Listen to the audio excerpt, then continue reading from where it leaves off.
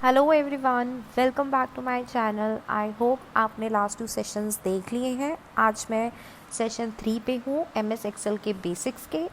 So without wasting any time start करते हैं। देखिए, कल हमने डिस्कस कर लिया था कि दिस इज़ रिबन। रिबन के अंदर डिफरेंट डिफरेंट टैब्स हैं, टैब्स के अंदर डिफरेंट डिफरेंट ग्रुप हैं, ग्रुप के अंदर डिफरेंट डिफरेंट कमांड्स हैं, राइट। और हमने क्विक एक्सेस टूल बार के बारे में भी पता किया था कि क्या होता है, इसको कैसे कस्टमाइज़ कर सकते हैं, राइट। अब हमारी जो कर एक चीज़ रह गई थी शीट में, जो हमारे को सामने सामने दिखाई देती है, वो है ये। Can you see that? जो मैं मार्क कर रही हूँ, इसको कहते हैं हम फॉर्मूला बार। जब भी हम एमएस एक्सेल में कोई भी फॉर्मूला लिखेंगे या हम किसी भी सेल पे होंगे, उस सेल का जो भी डेटा होगा वो यहाँ रिफ्लेक्ट होगा इस बॉक्स में। फॉर एग्ज़ाम्पल एक डमी डेटा लेते हैं, जैसे मैं कोई भी ऐसी डमी डेटा ले रही हूँ। अब सपोज़ मुझे इन सब का सम लेना है, राइट। मैं इस सब का सम सेल G4 में ले रही हूँ। कोई भी आप फॉर्मूला एमएस एक्सेल में लगाएंगे, याद रखिएगा कि आप इक्वल टू से स्टार्ट करते हैं। इक्वल टू, जैसे मुझे सम लेना है तो SUM सम, ब्रैकेट ओपन, मैं इन सब को सिलेक्ट करूँगी, ब्रैकेट क्लोज, हम एंटर प्रेस कर देंगे। अब ये इन सब का सम आ गया।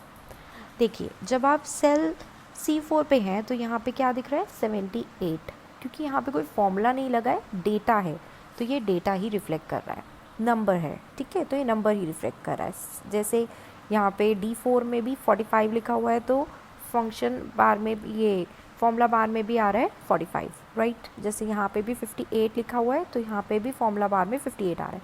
बट आप सेल G4 पे जाइए, यहाँ पे हमने फॉर्मूला लिखा था, राइट, तो यहाँ पे फॉर्मूला बार में भी हमें फॉर्मूला ही दिखाई देगा, ठीक है। अब ये जो FX पे जब मैं डबल क्लिक करूँगी तो ऐसा एक डायलॉग बॉक्स ओपन होगा, जिसे कहते हैं हम फंक्शन आर्ग्यूमेंट्स का डायलॉग बॉक्स।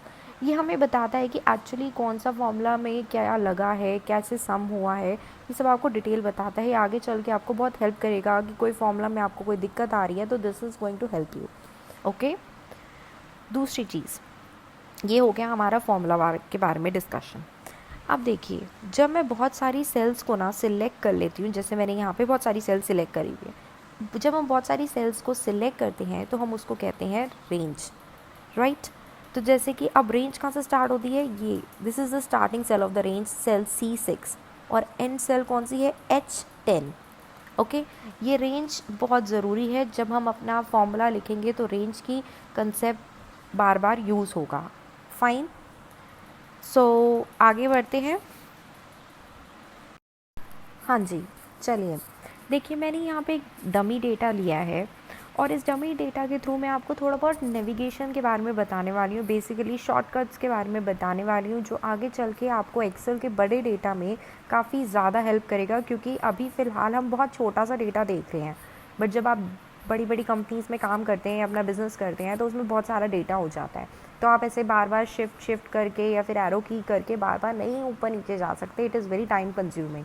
तो कुछ शॉर्टकट कीज़ डिस्कस करते हैं जो आपको टाइम सेव करने में हेल्प करेंगी। बिफोर दैट, ये एक आपको यहाँ पे एक बॉक्स सा दिख रहा है, जैसे ये वाला, इसको कहते हैं नेम बॉक्स। ये बेसिकली हमें बताता है कि करेंटली हम कौन सी सेल पर है हमारा कर्सर। जैसे कि ये देखिए, मेरा कर्सर अभी F6 पे है, तो ये नेम बॉक्स में F6 दिखाएगा, ओके। अब जैसे ये देखिए, मैं जैसे बोल रही थी कि हम डिस्कस करने वाले हैं नेविगेशंस के बारे में। जैसे सपोज़ मैं A1 पे हूँ, मुझे आगे जाके F1 पे जाना है, तो मैं राइट की प्रेस करती जाऊँ, फिर मैं आऊँगी सीधा F1 पे।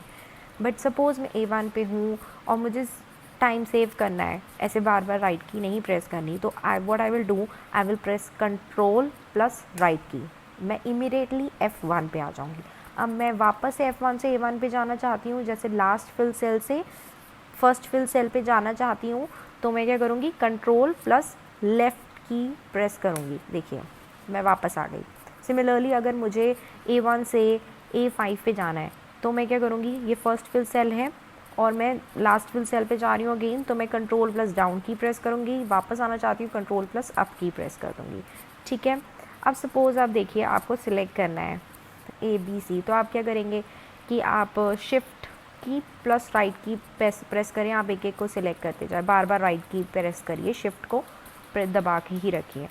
अब बट अगर मुझे इतना टाइम नहीं कंज्यूम करना है, मुझे इमीडिएटली सारे इकट्ठे सिलेक्ट करने हैं, तो मैं क्या करूँगी, control plus shift plus right की प्रेस करूँगी तीनों अपनी कीज़ को, और मेरा ये सब कुछ सिलेक्ट हो जाएगा। ठीक है, अब ये हो गया हमारा नेविगेशन के बारे में डिस्कशन। ये बहुत इंपॉर्टेंट है क्योंकि आपका ये बहुत टाइम सेव करती है। मैं फिर से रिपीट करती हूँ, मुझे फर्स्ट फिल सेल से लास्ट फिल सेल पे जाना है तो कंट्रोल प्लस राइट की प्रेस करूँगी, सीधा आ जाऊँगी। वापस लास्ट फिल सेल से फर्स्ट फिल सेल पे आना है तो मैं कंट्रोल प्लस लेफ़्ट की प्रेस करूँगी, मैं वापस आ गई। सिमिलरली अप एंड डाउन के लिए अब मुझे अगर सिलेक्ट करनी है A1 B1 C1 ऐसे, तो मैं शिफ्ट प्लस राइट की प्रेस करने की बजाय मैं एक और ऑप्शन है मेरे पास कि मैं control plus shift plus right की, मेरा ये सब सिलेक्ट हो जाएगा। फाइन, हमने एड्रेस बार के बारे में पता कर लिया। अब सपोज़ आपको यहाँ बैठे हैं, सॉरी नेम बॉक्स के बारे में पता कर लिया। अब सपोज़ हमको यहाँ जाना है, हम अभी करेंटली A1 पे हैं, मुझे जाना है A566 सेल पे, मैं एंटर प्रेस करूँगी, मैं यहाँ आ गई। अब मुझे वापस जाना है A1 पे, तो अब मैं बार बार शिफ्ट एंड अप की प्रेस करूँ, इससे अच्छा तो क्या है, मेरे पास एक शॉर्टकट की है इसके लिए, वो है कंट्रोल प्लस होम की। देखिए मैं सीधा A1 पे आ गई। This is how we can save time while working in Excel. ये हो गई हमारी कुछ नेविगेशन की टिप्स। अब हम आते हैं कि एक्सेल में आप देख रहे हैं, जैसे यहाँ पे अभी मैं फ़िलहाल सेल D11 पे हूँ, आपको ये प्लस का साइन दिख रहा है, ये कर्सर है। और फिर जब मैं यहाँ लेके गई तो इसका ये वाला शेप हो गया, मैं यहाँ लेके आई तो इसकी शेप डिफरेंट हो गई। एक्सेल में एक्चुअली 3 डिफरेंट टाइप के आपको कर्सर नज़र आएंगे। तो ये होता है बेसिकली, जब मैं यहाँ पे ये वाला कर्सर देखती हूँ, जैसे मैं सपोज़ मैं यहाँ पे डेटा लिखती हूँ एक्सेल, ठीक है। अब मुझे इसको बेसिकली ये सिलेक्ट कर्सर है जहाँ पे आप करेंटली होते हैं, ये वो वाला डिस्प्ले कर रहा होता है ये वाला कर्सर। ओके, अब सपोज़ मुझे इसको मूव करना है, तो मैं इस सेल पे आऊँगी और मैं अपने ये वाले कर्सर को यूज़ करूँगी। देख रहे हैं, आपको ये नज़र आ रहा है, इसको यूज़ किया मैंने, सॉरी, देखिए ये मूव हो रहा है मेरा डेटा, अब ये वहाँ से यहाँ आ गया। दिस कर्सर देखिए, अब ध्यान से देखिए, आपको नज़र आ रहा होगा 4 डायरेक्शंस में जा रहा है वो, तो ये हमारे को मूव कर्सर होता है।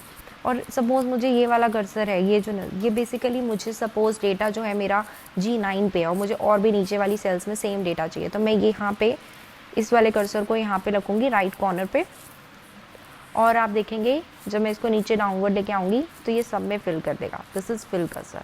ये हमने कुछ कर्सर के बारे में डिस्कस किया, नेविगेशन के बारे में डिस्कस किया, फॉर्मूला बार के बारे में डिस्कस किया। This is how we conclude our today session. Please इसको खुद भी रिवाइज कीजिएगा और मिलते हैं जल्दी अपने दूसरे सेशन में। Till then, bye bye, take care, thank you so much. If you like my content, don't forget, what you have to do is you need to like it, you need to subscribe my channel. Okay, bye bye.